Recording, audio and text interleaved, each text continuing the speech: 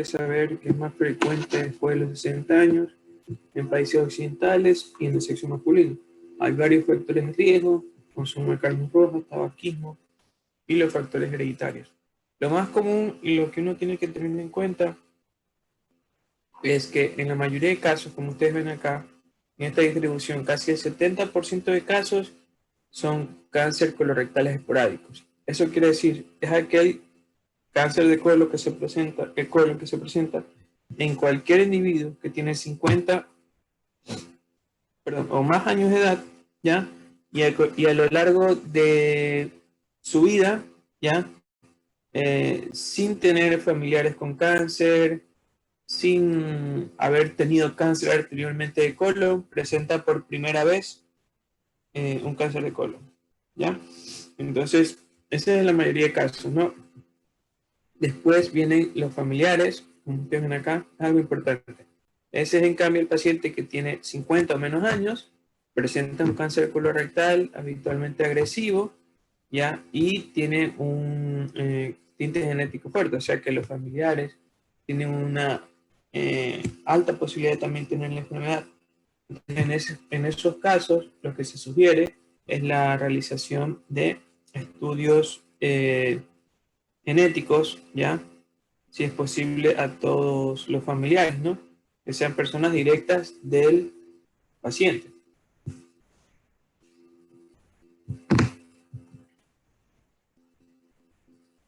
Bueno, con respecto a lo que es patogenia, pues se dan cambios básicamente en la genética, ¿no? Por la vía supresora de los oncogenes, vía mutadora y también el fenotipo. Desde el punto de vista anatomopatológico, hay, bueno, primero arranquemos que el más común, 95% de casos, corresponden a los adenocarcinomas. ¿Ya? Estos pueden ser diferenciados o indiferenciados. Y después tenemos tumores ya menos frecuentes. Bueno, después tenemos los pólipos de colon, que son las lesiones predecesoras al cáncer de colon, que se clasifican de acuerdo a su tamaño en diminutivo, pequeño y grande, ¿no? Más de 10 milímetros. Histológicamente, el tubular, el velloso y el túbulo velloso, ¿no? Todo lo que tiene componente velloso es más agresivo que lo que tiene solamente componente tubular. Morfológicamente pueden ser lesiones planas, sésiles, subpedunculadas, o sea que tienen un tallito pequeño, y pedunculadas los que tienen un tallo grande, ¿no? En la mayoría de ocasiones lo ubicamos en colon sigmoide, después viene colon izquierdo, es poco frecuente en colon transverso, y después colon derecho. Siempre los tumores o los pólipos de colon derecho tienden a ser más agresivos que los del lado izquierdo. Entonces, desde el punto de vista sintomático, pues de la sintomatología, podemos tener pacientes normales que no tienen ningún tipo de síntoma y que simplemente se detectan pólipos por screening, ¿ya? Son pacientes que tienen, por ejemplo, 55 años, va al médico, se hace su estudio y sin tener el paciente nada, incluso con exámenes de laboratorio normales, tiene pólipos de recto, ¿no? Que son muy comunes. Cuando ya son largos, pues el paciente puede tener hematoquesia, anemia y sangre oculta en ese positivo. Ya cuando son bien grandes, pues diarrea crónica, esa es la forma más común de presentación, alteraciones electrolíticas o intususcepción. Acuérdense mucho de diarrea crónica, miren que vimos en intestino delgado, en intestino grueso. Aquí la gente no le pone mucha atención a la diarrea, piensa que es que tienes colitis, es que tienes parásitos. Bueno, pero si es una persona que tiene más de 50 años, no se le puede decir eso simplemente, ¿no? Si es una persona más joven, que está en un buen estatus, tiene un examen totalmente normal, bueno, pero si ya se viene repitiendo, pues hay que hacerle el estudio. Entre los factores de riesgo más importantes tenemos el consumo de alcohol en grandes cantidades, obesidad, sexo masculino, raza negra y un historial de haber tenido adenomas múltiples, ¿no? Y dentro de los factores de prevención, además de la dieta y el ejercicio, el más importante es la vigilancia endoscópica. Histológicamente y endoscópicamente nosotros podemos predecir qué tipo de lesión tiene el paciente. Es decir, si nosotros tenemos un paciente con una mucosa o normal o un pólipo hiperplásico, vemos una lesión plana pero que no tiene ningún tipo de vascularidad.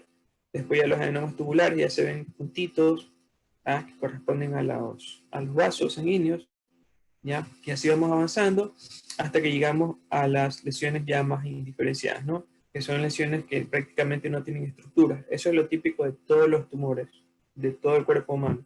Hay que ver la diferencia entre esto, que es un pólipo hiperplásico, o sea, algo que recién están pensando, o esto, que es algo intermedio, a esto, o sea, un desorden total de la mucosa. Pasa igual en los tumores pediculados, ¿no? En los pólipos pediculados, ¿no? Entonces siempre es importante acá con respecto a este tipo de lesiones ver hasta dónde está comprometido la lesión. Si nosotros tenemos el cuello sano, pues obviamente no va a haber ningún problema, ¿no? Pero si el adenocarcinoma está comprometiendo capas profundas, pues si ya compromete su mucosa, ya eso tiene que ser quirúrgico, ¿no? Al igual que lo que pasa con el adenocarcinoma. Todo lo que ya está comprometiendo la submucosa, de preferencia debe ser quirúrgico. ¿Por qué? Porque ya hay una amplia posibilidad, cerca de un 30% o más, de que el tumor esté en los ganglios.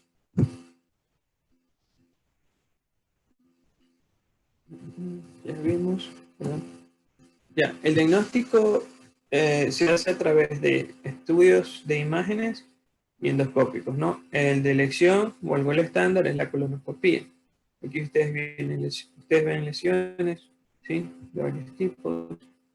También la colonografía por TC o tomografía virtual, la TAC común y corriente que conocemos, la resonancia y el enema de colon. El cáncer de colon, al igual que todos los tumores del resto del cuerpo, pues tienen una clasificación TNM, ¿no? Igualito. T, tamaño o tumor primario, N, afectación ganglionar y M, metástasis.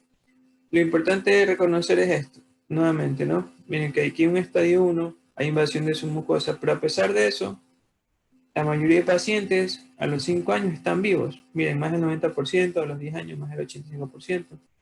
Ya cuando están en estadios muy avanzados, o sea, cuando hay metástasis hepática, pues obviamente es muy bajo, ¿no?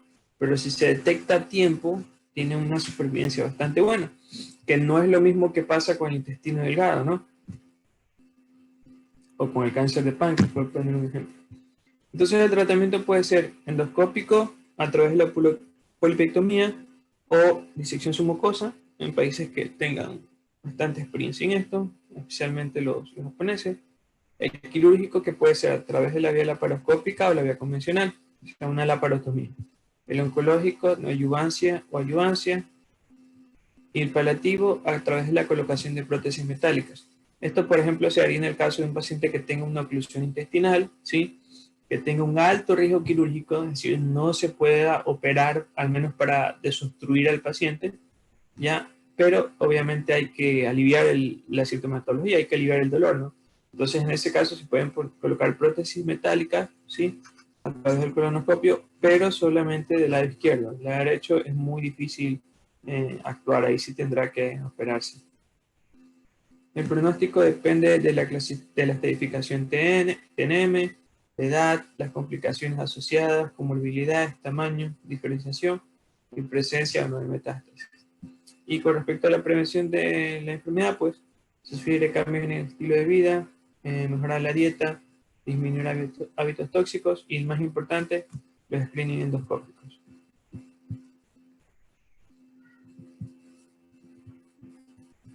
Ok, ¿alguna pregunta sobre el tema?